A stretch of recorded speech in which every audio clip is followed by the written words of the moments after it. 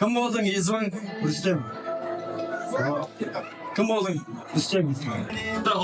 Сен кім боласың? Рүстем десе. Ал айтыңыз. Қой, әңгіме көп екен аға. Мынау қандай тілек? Екі қошқардың басы бір қазанға сыймайды дейді. Походу ішіп алған өзі. Қошқарды көріп тұрған жоқ қой.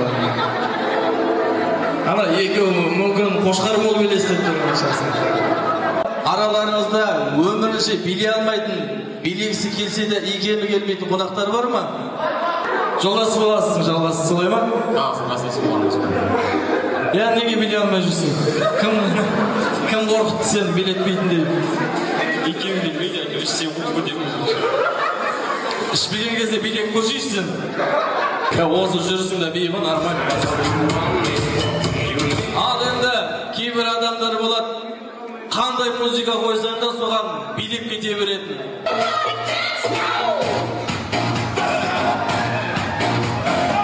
Достарың айтып отыр, қойдың кезегінде қатты билейді деп.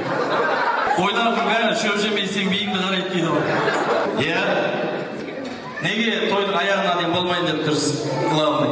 Біздің ертең бір шаруаларымыз бар, біз пойызға билет алып қойдық, 11-де шығып кетуіміз керек.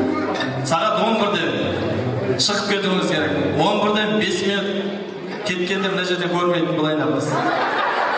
Бүгінгі қыз келіншек апаларымыздың арасында бүгінгі тойға деп арнайылап көйлек алып келген қонақтар бар ма? Сонымен көйлек не болды? Көйлек не болды? Қанша қалдыңыз, қашан алдыңыз, сол ғой бізге керек.